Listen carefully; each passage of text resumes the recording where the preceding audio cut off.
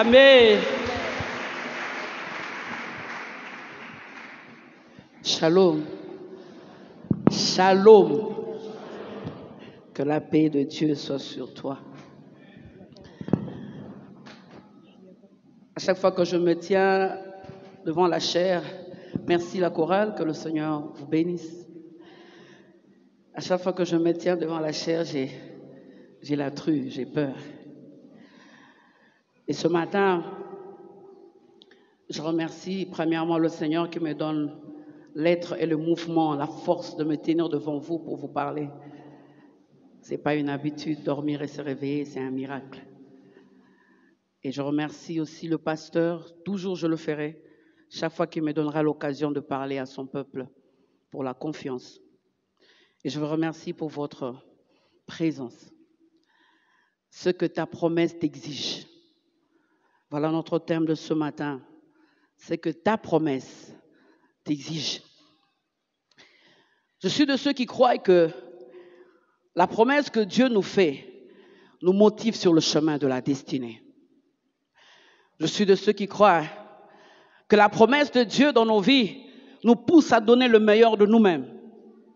Je suis de ceux qui croient que la promesse de Dieu dans nos vies nous pousse à agir différemment. Je suis de ceux qui croient que la promesse de Dieu dans nos vies nous booste pour aller de l'avant. Je suis de ceux qui croient que la promesse de Dieu ouvre les yeux et nous aide à tenir ferme dans les moments difficiles. Je suis de ceux qui croient que la promesse de Dieu est comme l'oxygène qui fait vivre ma foi. Oui, à chaque fois que je me dis, il m'avait dit ça, même lorsque c'est fort, même lorsque je suis fatigué, j'ai dit non. Tant que ce qu'il m'avait dit n'est pas encore arrivé, je continue à avancer, malgré les vents, malgré la tempête. Je suis de ceux qui croient que la promesse de Dieu est cette parole qui nous revient lorsque les gens autour de nous nous disent de nous arrêter. Je suis de ceux qui croient que la promesse de Dieu, cette parole nous revient lorsqu'autour de nous on est en train de nous dire que tu n'arriveras pas. Je suis de ceux qui croient que la promesse de Dieu, lorsque nous nous avançons et que les gens autour de nous nous disent que regarde ton passé, l'autre jour tu as fait ceci, tu as fait cela. Je suis de ceux qui croient que lorsqu'autour de nous les gens nous dénigrent, nous diminuent, nous sous-estiment, j'ai cette parole qu'il a dit comme il disait à Gédéon, vaillant héros. Je suis de ceux qui croient que cette parole me motive encore pour aller de l'avant. Je suis de ceux qui croient qu'avec la parole de Dieu, je suis capable de tout faire. Je suis de ceux qui croient qu'avec la parole de Dieu, l'impossible devant moi n'existe pas. Parce que mon Dieu a dit des choses et cela va arriver. Est-ce que je parle à quelqu'un ce matin? Le psaume 119, le verset 49. Psaume 119, le verset 49 dit, « Souviens-toi de ta promesse à ton serviteur, puisque tu m'as donné l'espérance. » Souviens-toi de ta promesse à ton serviteur, puisque tu m'as donné l'espérance.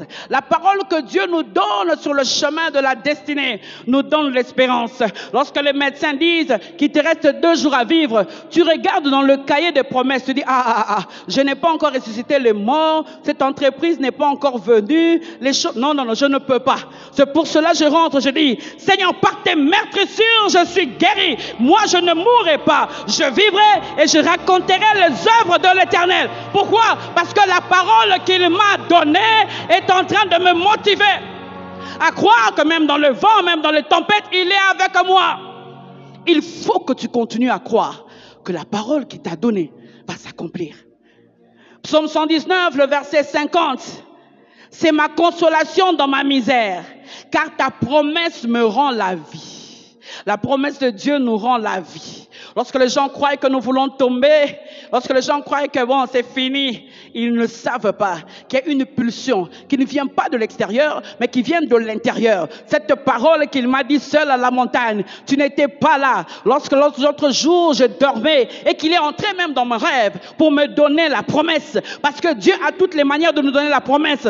Que ce soit d'une voix audible, que ce soit dans le songe, que ce soit qui t'ait dit comme ça. C'est la promesse de Dieu qui va s'accomplir. Le psaume 119, le verset 58, il prie, « Aie pitié de moi selon ta promesse. selon ta promesse. Je te donne ce chapitre pour que tu lises le psaume 119 lorsque tu rentres à la maison. Lis tout le psaume 119. Psaume 119, le verset 81 dit, j'espère en ta promesse. J'espère en ta promesse. Même lorsque toutes les portes seront fermées. Même lorsqu'on me dira, il n'y a plus de travail. Même lorsqu'on me dira que c'est fini, ça ne sert plus à rien. Parce qu'en fait, on ne recrute plus. Il y a eu un arrêté qui dit qu'on ne doit plus recruter. Et je suis en train de dire, j'espère en ta promesse. Je n'espère pas en cet arrêté. C'est ta promesse qui va déclencher l'arrêté pour moi. Le psaume 119, le verset 116 dit, soutiens-moi selon ta promesse. Soutiens-moi selon ta promesse. Toujours le psaume 119, le verset 154 nous dit, rends-moi la vie selon ta promesse. Rends-moi la vie selon ta promesse. Bien-aimé, lis la parole de Dieu. C'est elle qui nous te renouvelle. C'est elle qui te donne la force. C'est elle qui te donne les paroles dans la prière. Le psaume 119, le verset 170 dit, délivre-moi selon ta promesse, selon ta promesse. Psaume 119, verset 170. Salomon, en priant dans le temple, dit, 2 Chroniques 1, le verset 9. 2 Chroniques 1, 9, il dit, maintenant, éternel Dieu, que ta promesse à David, mon père, s'accomplisse. Est-ce qu'il y a quelque chose que tu as réclamé à Dieu? Est-ce qu'il y a une parole que tu as réclamée à Dieu? Bien-aimé, chaque fois dans la présence de Dieu, répète ces choses. Prends la Bible et commence à prier comme le psalmiste. Le même texte, vous pouvez le voir dans 2 Chroniques 6, le verset 16, et dans 1 Roi 8, le verset 25. La promesse de Dieu, cette parole qui reste d'actualité toute la vie, toute la vie. Alors, que dois-je faire vis-à-vis de cette parole? Car c'est une parole qui engage Dieu et qui m'engage. Ainsi, mon engagement envers cette promesse m'exigera des actions à poser, des attitudes à adopter, des comportements à afficher, surtout vis-à-vis des tiers. Parce que lorsque Dieu donne la promesse, on est seul. Lorsque Dieu dit qu'il va t'élever, c'est avec ton jean troué là. Et lorsque tu sors, tu es avec le même jean troué. C'est pour cela les tiers, lorsqu'ils te regardent, ils disent est-ce que vraiment Dieu t'a parlé? Mais ce qui te motive, c'est la promesse que Dieu t'a dit dans le secret. Et cette promesse qu'il t'a dit dans le secret, bien-aimé, sois sûr qu'il va le réaliser en public. Ce que ta promesse t'exige, en d'autres termes. Les paroles que Dieu t'a données concernant ta destinée t'exigent à faire certaines choses. Lorsque je dis exige, je vois exigence. Exigence. Ce qui est commandé. C'est que quelqu'un réclame d'une autre personne. Lorsque je vois exigence, je vois revendication. Lorsque je vois exigence, je vois nécessité, devoir, impératif, commandement, tâche, obligation. Revendication, nécessité, devoir, impératif, commandement, tâche, obligation. Bien-aimé, chaque domaine dans nos vies a ses exigences. Pour devenir médecin, je ne sais, il faut 8 ans, c'est ça? 8 ans, si tu ne reprends pas l'année. 8 à 9 ans de sacrifice, de nuit blanche, d'études. Tu priorises le temps. Lorsque les amis viennent, tu dis, non, j'ai session demain, donc on ne peut pas se voir, c'est un peu compliqué. Je ne serai pas à ta fête, hein. Demain, je dois déposer mon mémoire. On dit quoi? Ma mémoire. Ma. Ah. On brille un peu. Mon. Je dois déposer mémoire demain. Donc ne me dérange pas. Les déplacements, les recherches, des contacts après avoir étudié. Il faut travailler. Ce parcours difficile, plein de sacrifices. Tu vas rêver que tu es en train d'opérer tellement que tu aimes ce que tu veux, tellement que Dieu t'a dit effectivement que tu deviendras ce médecin. Tu deviendras ce médecin. Mais bien aimé, si tu n'entres pas dans l'exigence de ce que ce domaine demande, tu ne deviendras jamais médecin. Tu vas te lever, tu vas dire à tout le monde, je serai un grand médecin dans ce pays. Les patients vont me chercher, moi on va me chercher.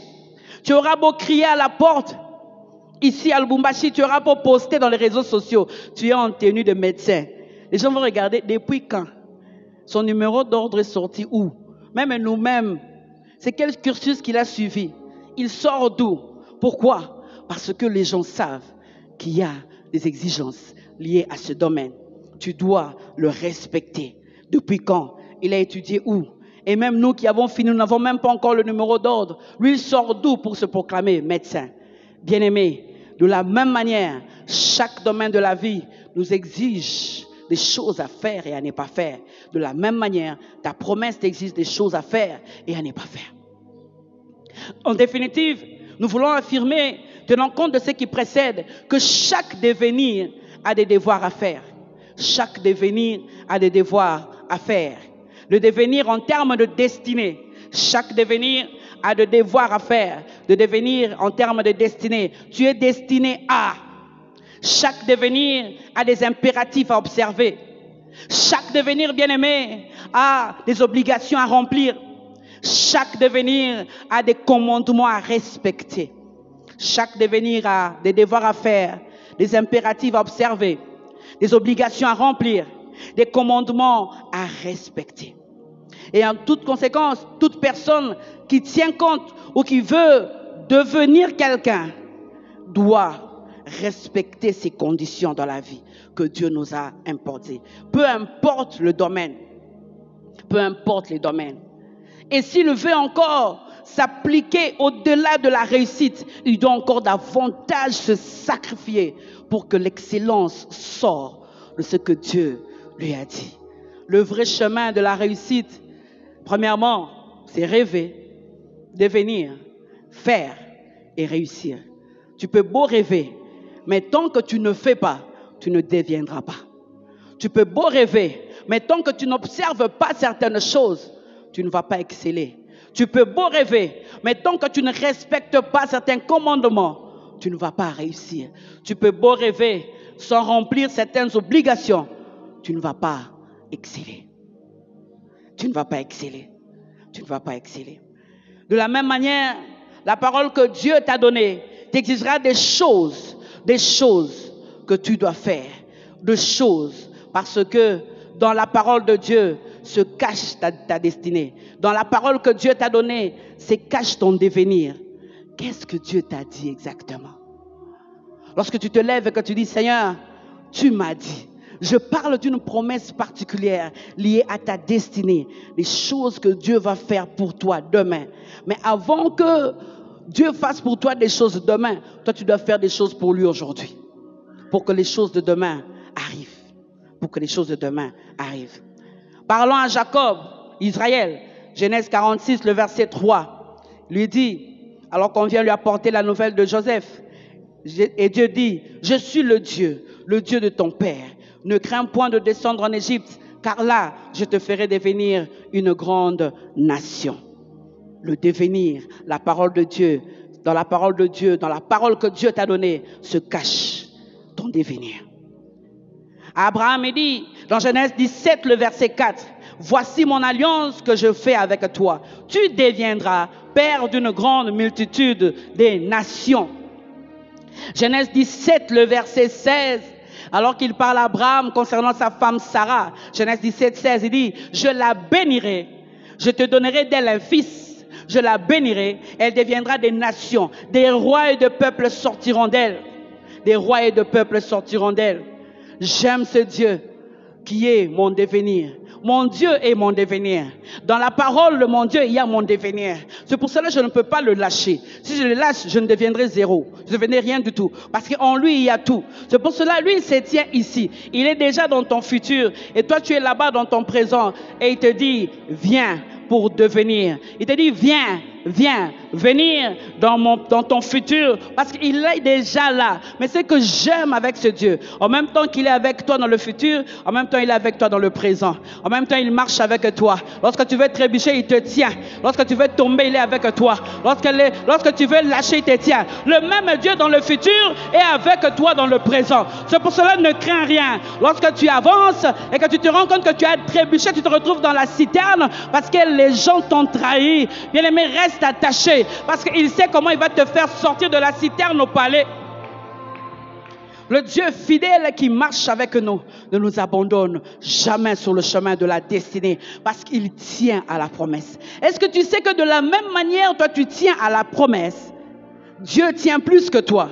Parce que la réalisation de ta promesse est la réponse de Dieu, la réponse des hommes pour Dieu, la réponse de Dieu pour les hommes. Tu es une solution, tu dois apporter une solution quelque part. C'est pour cela que Dieu tient à toi. N'abandonne pas, il est avec toi. Mais ce que j'aime avec ces dieux, comme je l'ai dit, il marche avec nous et il ne nous abandonne pas. Puisque lorsque tu regardes, tu dis, Ebenezer, jusqu'ici, tu m'as secouru. Voilà ma petite introduction pour entrer directement dans les choses que ta promesse t'exige. La première chose que ta promesse t'exige, c'est la foi. La foi, bien-aimé, F-O-I, F-O-I, la foi. Il faut que tu croies fermement à ce que Dieu t'a dit. Croire en te disant que ça va se réaliser. Bien-aimé, c'est le fondement de tout, la foi. Mais moi, je définis la foi toujours, pour ceux qui me suivent, comme F comme ferme, O comme obéissance, I comme obéissance à l'impossible, ferme obéissance à l'impossible. J'aime cette définition extraordinaire, comme si on faisait un parallélisme entre deux mots. Hébreux 11, le verset 1. La Bible dit, or la foi est une ferme assurance des choses qu'on espère, une démonstration de celles qu'on ne voit pas. Parole vivante dit, et qu'est-ce que la foi? C'est une ferme confiance dans la réalisation de ce qu'on espère. C'est une manière de posséder déjà par avance. Croire, c'est être absolument certain de la réalité de ce qu'on ne voit pas. Est-ce que tu es certain de l'accomplissement de la promesse que Dieu t'a faite? C'est ça la foi. Tu dois croire que le Dieu qui ne permet pas que tu aies même une moto aujourd'hui fera de toi demain MDI, millionnaire, dignitaire, influent. C'est le même Dieu. C'est le même Dieu. Tu dois croire que le même Dieu qui permet qu'aujourd'hui tu sois dénigré, rejeté, et que demain il fasse de toi l'homme le plus recherché de la terre. Tu dois croire à cela. Tu dois croire que le même Dieu qui ne permet peut-être pas que tu termines tes études aujourd'hui, c'est le même Dieu qui va t'amener dans le sommet demain. Pourquoi? Il tient le monde entre ses mains. Il dit un mot et la chose arrive. Il est là, il regarde la terre, il prend l'habitant ici, il le met là-bas, il peut lui dire, lui, à partir d'aujourd'hui, il part de l'autre côté. Dès qu'il dit, ça se réalise. C'est le même Dieu. Mais si vous lisez Hébreux 11, le verset 1, au verset 39, Hébreux 10, le verset 39, parce que la Bible, la phrase commence par or. Donc il y a une suite, il y a quelque chose qui précède la phrase. Il commence, Hébreux 10, le verset 39. La Bible dit, nous ne sommes pas de ceux qui se perdent, de ceux qui rentrent pour se perdre, mais de ceux qui ont la foi pour sauver leur âme. C'est pour cela qu'il dit, pour sauver ton âme, pour ne pas te perdre. C'est pour cela qu'il dit, or, tu as besoin de la foi. Dans la définition que nous venons de voir, nous avons d'une part l'assurance et de l'autre la démonstration. Dans l'assurance, je vais donner l'exemple de Moïse, Hébreux 11, le verset 26. Bien-aimé, sois rassuré que ce que Dieu t'a dit, qu'il pleuve, qu'il neige, même s'il neigeait un jour ici à Lubumbashi, j'aimerais que tu continues à croire que cela va s'accomplir. Même si on te disait que toutes les portes sont fermées, même si on te disait que ce mariage, c'est le dernier mariage qui sera célébré, il faut que tu continues à croire. À cause de moi, à cause de la promesse, personne ne peut arrêter la promesse. Je vais arriver dans ce que Dieu m'a dit. Hébreux 11, le verset 26, on parle de Moïse. La Bible dit, regardons l'opprobre de Christ comme une richesse plus grande que les trésors de l'Égypte, car il avait les yeux fixés sur la rémunération. Il a pris position, bien-aimé, sur base de quelque chose qu'il ne voyait pas. Moïse, qu'est-ce qui te fait croire que lorsque tu vas quitter l'Égypte, tu vas quand même réussir dans ta vie? Moïse, qu'est-ce qui te fait croire? Moïse a été élevé a été élevé par la sagesse bien sûr, égyptienne. Mais je suis sûre que avant que sa mère ne lui donne à la fille de Pharaon, sa mère lui parlait.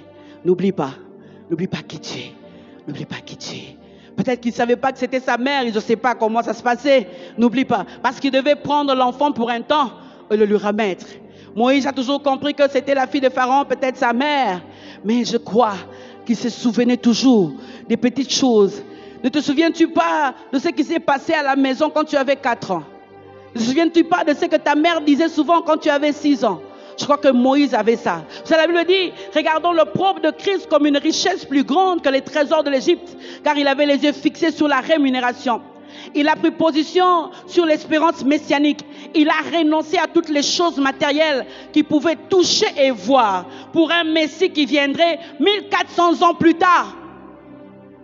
Moïse, tu es en train de croire sur quelque chose, je ne sais même pas, une assurance, on peut dire utopique pour les humains. C'est ça la foi. Lorsque Dieu te dit certaines choses, tu es en train de croire que cela va arriver. Mais la Bible dit, il avait les yeux fixés sur la rémunération. Comme ce matin, j'aimerais que tu aies les yeux fixés vers l'accomplissement de ta promesse. Bien aimé, si tu as les yeux fixés vers l'accomplissement de la promesse, tu vas rejeter les trésors que tu peux toucher aujourd'hui pour croire à un trésor qui va venir dans 5 ans.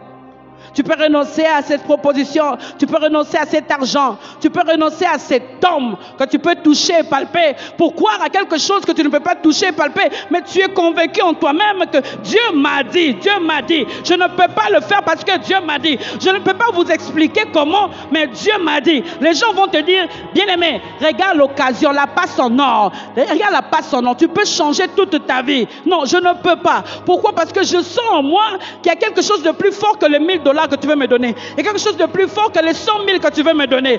Donc je sens dans moi qu'il y a quelque chose de plus grand qui m'attend il y a 2 ans, que je ne peux pas toucher à ces trésors. Ça je vois. Mais quand je veux toucher, il y a cette assurance qui me dit ne le fais pas. Parce que demain tu vas toucher des flammes plus grandes que ça. Parlons de la démonstration. Je vais prendre l'exemple de Noé. Il n'y a pas d'exemple éloquent comme celui de Noé. Il n'y a pas d'exemple éloquent comme celui de Noé en parlant de la démonstration de la foi. Une femme et un homme de foi vivent ce qu'elle croit. Tu vis ce que tu crois. Ta vie est engagée selon ce que ton esprit et ton intelligence croient être vrai. C'est ça. C'est ce qui est en moi. C'est pour cela que tu dois le démontrer. Genèse 6, le verset 14. Genèse 6, 14. Dieu dit à Noé ceci. Fais-toi une arche de bois de gopher. Tu disposeras cette arche en cellules et tu l'enduras de poids en dedans et en dehors. Les versets qui viennent parlent de la manière et des animaux qu'il devait mettre dedans. Genèse 6, le verset 22. C'est ce que fit Noé. Il exécuta tout ce que Dieu lui avait ordonné. Genèse 7, le verset 14. Genèse 7, le verset 4 plutôt. Genèse 7, 4. Dieu dit à Noé, je ferai pleuvoir sur la terre 40 jours et 40 nuits. Noé s'est engagé parce qu'il a cru. Il s'est engagé à une tâche exigeante, à une tâche humainement ridicule, construire un bateau sur la terre ferme. Pire encore, quand Dieu lui parle de la pluie, Noé n'a aucune idée de ce qu'est quoi la pluie ressemble. Parce qu'avant les déluges, Noé n'a jamais vu la pluie. Donc, il ne sait pas exactement lorsque Dieu est en train de dire qu'il va faire pleuvoir 40 jours et 40 nuits. C'est pour cela, ayons la foi des enfants. Un enfant, tu vas lui dire, je vais t'acheter un avion. Mon papa va m'acheter un avion, vous allez voir. Il va venir avec ça la semaine prochaine. Est-ce qu'il y a quelqu'un qui peut dire, mon papa va faire de moi MDI dans une année. Vous allez voir ce que je veux devenir. Les gens vont te dire, on ne devient pas MDI en une année. Non, mon papa m'a dit qu'il va faire de moi MDI. Donc moi je m'en fous parce que c'est mon papa qui... Est-ce que tu peux dire que mon papa a dit et que ce que mon papa a dit, parce que lui il a dit, ça va s'accomplir. Noé n'a aucune expérience de la pluie. Noé ne connaît même pas à quoi ressemble la pluie. Mais l'œuvre extérieure de la construction était la démonstration de sa foi. Était la démonstration de sa foi. L'assurance intérieure l'a poussé à faire des choses. Moi, je me demande, les gens se disaient, mais tu construis un bateau et tu le mets là. qui ne flotte pas, qui va rester là. Noé, qu'est-ce qui te fait dire qu'effectivement il y aura la pluie? Noé, qu'est-ce qui te fait dire que tous ces animaux, tu vas les faire entrer? Noé, qu'est-ce qui te fait dire que vous allez survivre pendant tout ce temps? Noé, qu'est-ce qui te fait dire cela? Noé, c'est absurde. Tu ne peux pas construire un bateau. Et quelle pluie? Noé, toi, tu as déjà vu la pluie. Toi, tu as déjà vu la pluie. Les gens à l'époque pouvaient lui demander, toi, tu as déjà vu la pluie? Même ses enfants, même ses beaux-fils, je ne sais pas moi. On lui dit, donc votre père, vraiment, on ne comprend pas ce qu'il fait. Est-ce qu'il a déjà vu la pluie? Noé serait en train de dire, je n'ai pas encore vu la pluie. Ce que je fais est absurde. Construire un bateau et le faire péniblement, avec toutes les exigences, c'est ridicule. Mais ce que moi je sais, c'est mon Dieu qui m'a dit de le faire. Et comme il m'a dit de le faire, je ne connais pas la pluie. Ça sera pour moi la première fois de voir la pluie. Je ne sais pas comment est-ce qu'on s'assied comme PDG quelque part. Je ne sais pas si on tient comme ça ou on met comme ça. Je ne sais pas comment ils font pour tourner la chaise. Je ne sais pas comment ils font pour tourner la chaise, mais je vais apprendre. Je parle à quelqu'un. Le problème, c'est que tu ne crois pas que ça peut t'arriver. Mais moi, je crois que je parle à quelqu'un ce matin. Et sa foi reposait sur la parole de Dieu et non sur ce qu'il voyait et ce qu'il avait déjà expérimenté. Jamais vu la pluie et on lui demande de faire des choses. La démonstration de la foi. Bien-aimé, démontre que tu as foi en Dieu. Démontre dans les moments difficiles que tu continues à croire. La démonstration de la foi devant les propositions de l'ennemi. Démontre que tu es avec Dieu. Démontre à tout le monde que moi je ne peux pas faire ça, je ne peux pas faire ceci parce que j'ai une parole en moi. Bien-aimé, tu dois nous démontrer que tu as une promesse en toi. Si tu ne nous démontres pas, nous ne croyons pas que tu as la promesse. Je ne crois pas que tu as la promesse parce que tu fais comme tout le monde. Je ne crois pas que tu as la promesse parce que tu voles comme tout le monde. Je ne crois pas que tu as la promesse parce qu'en fait tu es parti voler le mari d'autrui. Je ne crois pas que tu as la promesse. Prouve-moi que tu as la promesse. Démontre-moi que tu as la promesse en ne vivant pas comme tout le monde. En faisant des choses ridicules. Alors je dirais, si c'est ridicule, alors c'est Dieu. Que mon Dieu te bénisse. Que mon Dieu te bénisse. Deux exemples. Il y a quelqu'un qui attendait la pluie. Deux personnes qui attendaient la pluie. L'autre a pris la terre, il a préparé la terre, il a fait des plaques-bandes, il a préparé une année, 2 ans, des années passées, la pluie ne venait pas. Mais l'autre était assis chez lui, il disait, j'ai la terre. Lorsque la pluie viendra, je vais commencer à travailler sur la terre. Et lorsque la pluie est venue, conséquence, l'autre n'a rien récolté. L'autre a récolté quelque chose parce qu'il croyait tellement qu'un jour la pluie allait venir qu'il a préparé ses plaques-bandes. Démontre-moi que tu as la pluie en préparant la terre que Dieu t'a donnée. Alors je croirai que tu as la promesse de Dieu. 9 vérités sur la foi. 9 vérités sur la foi. La première vérité, c'est que le point de départ de la foi consiste en croire à la personne de Dieu. Le point de départ de la foi, consiste à croire à la personne qui a fait la promesse. Il est qui il dit qu'il est. Il est qui il dit qu'il est. Il est fidèle. Et lui-même il dit, il n'est point un homme pour mentir, ni un fils d'homme pour se repentir. Le point final consiste à croire en ses promesses. Il fera ce qu'il a dit. Il fera ce qu'il a dit. Le point de départ, croire en Dieu et croire en la promesse. Croire en Dieu en se disant, il est qui il dit qu'il est. Croire en la promesse en disant, il fera ce qu'il dit qu'il fera. Deuxième vérité par rapport à la foi, c'est que la foi présente 2 caractéristiques importantes. 2 caractéristiques importantes. L'assurance ou la garantie de la réalité des choses qu'on espère en regardant en avant. L'assurance ou la garantie de la réalité des choses qu'on espère en regardant vers l'avant, vers le but et vers le but. Et c'est cette espérance qui nous donne la force et la patience pour surmonter les difficultés actuelles. Deuxième caractéristique de la foi, c'est la conviction de ce qu'on ne voit pas en regardant en haut vers Dieu, le Christ invisible. Cette conviction de l'invisible, ça nous donne de l'énergie pour affronter les difficultés de ce monde. La conviction de ce qu'on ne voit pas en regardant en haut vers Dieu qui a fait la promesse, l'invisible. Et cette conviction de l'invisible donne l'énergie pour affronter les difficultés de ce monde.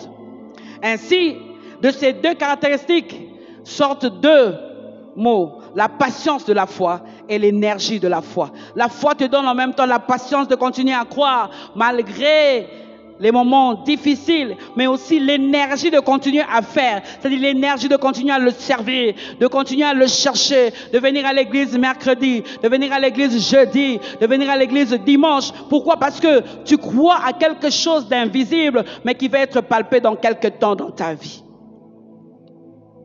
Hébreux 11, le verset 27, nous parle de Moïse. Parlant de Moïse, il dit, c'est par la foi qu'il quitta l'Égypte, sans être effrayé de la colère du roi, car il se montra ferme, comme voyant celui qui est invisible. Bien-aimés, continue à voir cette promesse invisible, que les hommes ne voient pas, mais qu'ils vont voir dans quelques années. Troisième vérité, c'est que la foi est la clé qui ouvre la porte de l'invisible. La foi est la clé qui t'ouvre la porte de l'invisible. C'est au travers de la foi que tu regardes et que tu es en train de dire, ah, je vois ce grand temple, je vois ce grand temple, je vois, comment on appelle ça, où il y a des étages, il y a des gens assis un peu comme ça, où on est obligé de mettre les écrans pour que tout le monde voit. Je vois cette grande salle, je suis dans l'invisible, et dans l'invisible, je loue, je bénis, je rends grâce à Dieu. Ça m'ouvre les portes de l'invisible. Quatrième vérité sur la foi. La foi n'est pas un vague désir que quelque chose arrive dans un avenir incertain. Non. Non, nous espérons, nous avons l'espoir. Non, c'est pas ça. C'est pas un vague désir que quelque chose arrive dans un avenir incertain. Non. La foi est une certitude absolue. Certitude absolue. Souvent relative à des choses que le monde considère comme irréelles et impossibles. La foi est une certitude absolue, souvent relative à des choses que le monde considère comme irréelles et impossibles. Marie, tu vas me dire que tu auras un enfant. Marie, tu ne connais point d'homme. Irréel et impossible, mais irréel et impossible n'est pas Jésus. N'est pas Jésus. La foi est une certitude absolue, souvent relative à des choses que le monde considère comme irréelles et impossibles. Bien-aimé, tu suis un Dieu dont tu n'as jamais entendu la voix audible. Bon, pour ceux qui ont entendu la voix audible de Dieu, mais nous n'avons pas entendu la voix de quelqu'un qui est venu chaque matin et te dit bonjour, comment tu vas? Et puis tu le vois et puis tu dis bon mon Dieu, je sors un peu, je vais revenir. Non, non, non, tu le vois pas. Tu crois à un Christ dont tu n'as jamais vu le visage. Pourquoi? Parce que tu as une certitude qu'il est vivant. Et chaque jour tu te lèves le matin, tu te maquilles, tu t'habilles, tu portes une veste, tu portes un costume et tu viens, tu t'assois et tu dis que Dieu est ici. Bien-aimé, de la même manière qu'au quotidien, tu continues à croire qu'il y a un Dieu qui est à tes côtés, qui marche avec toi. Tu viens mercredi, tu dis, je viens écouter Dieu. Où est Dieu? Où est Dieu ici? Tu viens jeudi, je viens chercher la face de Dieu. Montre-moi la face de Dieu. Sa face, c'est comment? Est-ce que tu connais? Tu viens dire, non, je viens,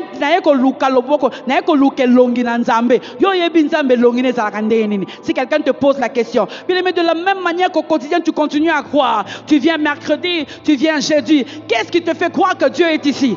Qu'est-ce qui te fait croire que Jésus est ici? Qu'est-ce qui te fait croire que le Saint-Esprit est ici? C'est la foi.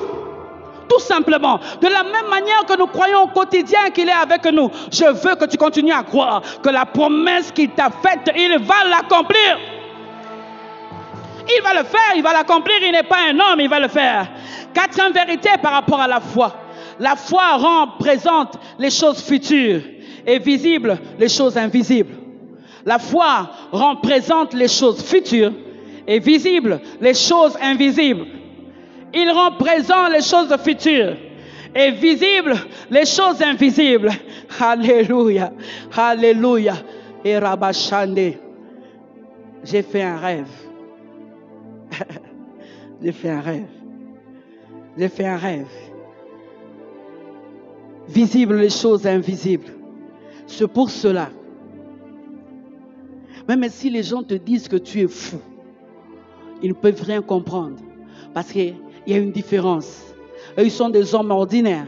Mais toi, tu es un homme de foi. Un homme de foi voit les choses futures dans le présent. Et les choses visibles. Les choses invisibles comme si c'était visible. Cinquième vérité, la foi et la confiance en la fidélité de Dieu. La foi et la confiance en la fidélité de Dieu. La confiance en la fidélité de Dieu. Sixième vérité, c'est que la foi ne se limite pas à des possibilités, mais pénètre le royaume de l'impossible. La foi ne se limite pas à des possibilités, mais pénètre le royaume de l'impossible. Ce n'est pas bon, comme on dit, hein, bon, on cherche Dieu, on ne sait jamais. Non, non, non, non, non, non, non, non. Avec Dieu, ce terme-là est tolukakaka, on ne sait jamais. Ce n'est pas ça. Un homme de foi, une femme de foi. Je sais qu'un jour, je deviendrai ce que Dieu a dit. Même si autour de moi, il y a toutes les possibilités des hommes. Mais les possibilités des hommes ne peuvent pas égaler l'impossibilité de Dieu de faire des choses dans ma vie. C'est pour cela, je regarde le vent, je regarde la tempête et je me dis, je suis en train d'entrer dans le royaume de l'impossible. Là où Jésus est là et il demande à Pierre, viens. Mais tu me demandes de marcher sur l'eau. Oui, je te le demande parce que je suis dans le royaume de l'impossible. Je te demande de venir. Mais lorsque Dieu te demande de venir, il te fait entrer dans le royaume de l'impossible. Là où quelqu'un peut marcher sur les eaux. C'est pour cela que tu n'es pas habitué à ça. Et tu regardes, tu dis, je commence à couler. Parce que pour toi, ça ne se comprend pas. Bien aimé, les choses que Dieu nous dit n'est pas dans le monde du possible, c'est dans le royaume de l'impossible.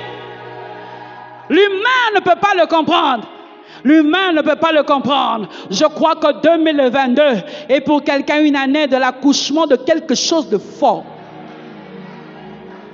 Je crois que 2022 est une année où quelqu'un va entrer dans le royaume de l'impossible. Où on sera en train de dire comment c'est arrivé. Je ne sais pas comment c'est arrivé, mais j'ai vu que c'est arrivé. Est-ce que je parle à quelqu'un? Septième vérité, quelqu'un a dit, la foi commence là où s'arrête le possible. La foi commence là où s'arrêtent les possibles. Si c'est possible, alors Dieu n'est pas là. Dieu n'en tire aucune gloire. Quelqu'un a dit, la foi commence là où s'arrête le possible. Vous savez, là où les hommes ont tout fait, Dieu aime ça. C'est pour cela, Job est en train de dire, mon Rédempteur est vivant. Il se lèvera le dernier. Lorsque tout le monde s'est levé, lorsque dans la famille on est en train de dire c'est fini, c'est fini, c'est fini. Il ne peut plus porter des enfants. On a tout fait et c'est fini. Maintenant là c'est clos. Donc ton même niveau il y a qu'une tokinabiso donc la minute. Moi il ne peut plus. Maintenant là cet enfant ne peut plus concevoir. Oui, là où maintenant les hommes s'arrêtent pour dire qu'ils ont fait tous les numéros, c'est à ce moment-là que la foi de Dieu débute. Là où le possible des hommes s'arrête, l'impossible de l'homme s'engage dans ta vie. C'est pour cela, n'abandonne pas. Crois. Continue à croire. Elle me dit pour tous ceux qui vivent. Est-ce qu'il y a quelqu'un qui respire ce matin comme moi? C'est pas tout le monde qui respire. Il y a quelqu'un qui respire. On dit quoi? Qui expire et qui... Pasteur intelligent. Qui inspire et qui expire ici comme moi. Alors tu es dans le royaume de l'impossible. Parce que, pourquoi tu ne crois pas? Le fait déjà que tu aies dormi la nuit. Bien-aimé, dis-moi ce qui s'est passé pendant ton sommeil. Dis-moi ce qui s'est passé. Mais tu as tout simplement constaté que tu as ouvert les yeux, tu t'es réveillé, tu as pris ta douche et tu es venu. Ce qui s'est passé dans ton sommeil, tu ne sais pas. De la même manière, comme tu suis assis là, tu ne sauras pas en sortant d'ici. Le Seigneur te dit, il y a quelqu'un, on te cherche. Je veux que tu croies à ce que je suis en train de dire. Parce que ça va arriver. Ça va arriver dans ta vie. Je veux que tu arrêtes de croire à la fortune de la famille. Je veux que tu arrêtes à croire à un ministre qui t'aide. Non, non, non. Je veux que tu arrêtes à compter sur des gens qui te font marcher. Je veux que tu arrêtes à compter sur des gens qui te prennent pour un rien, qui te restent là pendant 5 heures. Et puis il vient et dit... on se voit dans une semaine. Non, non, non. Je veux que tu arrêtes de compter sur des gens qui te dénigrent. Je veux que tu arrêtes de compter sur les gens qui dénigrent ton Dieu. Qui dit, hey, toi tu pries, tu es chrétien, ton mari est pas... Oh, non, non, non. Je veux que tu arrêtes de compter sur ces gens pareils. Je veux que tu continues à compter sur la promesse de Dieu. Sur ce que Dieu t'a dit. Bien aimé, qu'est-ce qu'il t'a dit? Qu'est-ce qu'il t'a dit? Il faut que tu continues à croire. Et que tu ne lâches pas. Que tu ne lâches pas. Que tu ne lâches pas. Je ne sais pas. Je vais insister pour dire à quelqu'un. Ne fais pas honte à Dieu. Ne continue pas à compter sur des gens qui dénigrent ton Dieu.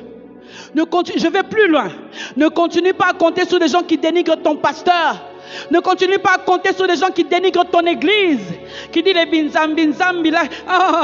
Pourquoi tu lui donnes du poids comme ça? Pourquoi tu veux donner à cet homme du poids? Pourquoi tu veux donner à cet homme du poids jusqu'à aller rester au bureau là pendant 5 heures? Mais les 5 heures, tu sais ce que moi je fais? J'entre dans mon bureau. Je dis Mazibro Sarababosha, Isabre Yanarebabosha, Isabre Sande, Misabresa, Ikarabashaya, Isabrosaka. Dis-moi, et toi qui as fait 5 heures assis devant le bureau de quelqu'un, et moi qui ai fait 5 heures en train de dire Misabrasaka, Ikarabasheke, Isabrosaka, c'est que tu ne sais pas. J'appelle à l'existence des choses qui n'existent pas. C'est que tu ne sais pas. J'appelle à l'existence. Lorsque tu es assis pour attendre un humain, tu n'appelles rien. Tu n'appelles rien. Tu boudes, tu murmures. Tu dis, il se prend pour qui? Je suis là depuis longtemps. Il va voir ça. Arrête ça, arrête ça, arrête ça. Arrête ça, arrête ça. Est-ce qu'un homme de foi est ici? Est-ce qu'une femme de foi est ici qui peut dire Masi Broshaka, Isabra Saka, et que dit Karabashaka? Lorsque l'ennemi vient lui dire, mon Dieu, dès que les enfants sont chassés, Vilaka Yopesanga, Aboma Namote, Hata e Melina, Suka Suka e. Hey, hey, hey! Je ne perds Mazabrashaka, Maezana Molende, Ponayebi, Zambe Alola, hey, hey, hey, Oza Motote, Oyoko Sanga, Jésus, Wana Motote, Oyowang. Là, toi, tu es seulement assis devant le bureau de quelqu'un. Moi, je suis là, je commence à dire, Bilaka Yopesanga. Nabomba namo Hatae Suka Suka.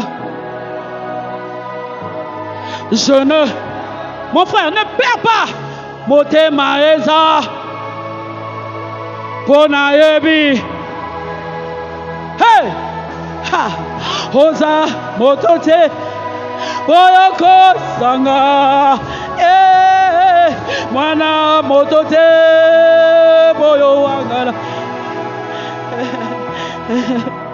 Arababo sanda rabash Nerelebo sarabesha Mizabresa yanda rabebusha Mazibrasa yanda rabeba Narabeba barabazige. Lorsque quelqu'un viendra pour me dire, où est la promesse? Où est la promesse? Tu ne vois pas que en 2021, tu as perdu tellement des enfants. Est-ce que ce ventre va encore porter un enfant?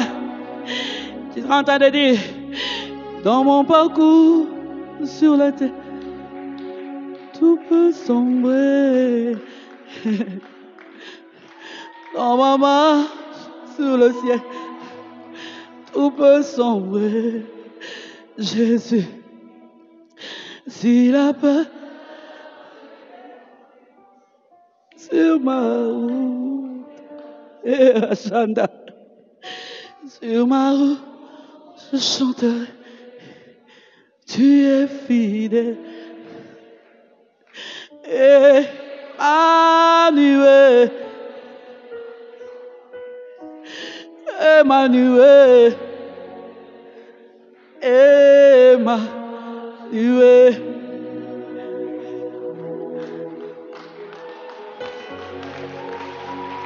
Je chanterai ta fidélité. Moi, c'est pas mon voisin. Je chanterai.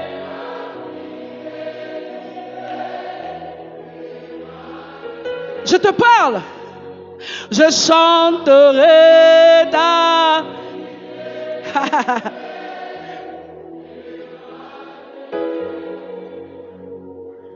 Emmanuel. Est-ce qu'on peut acclamer pour Emmanuel? Est-ce qu'on peut pousser de ta fidélité, Emmanuel? Oh, je chanterai.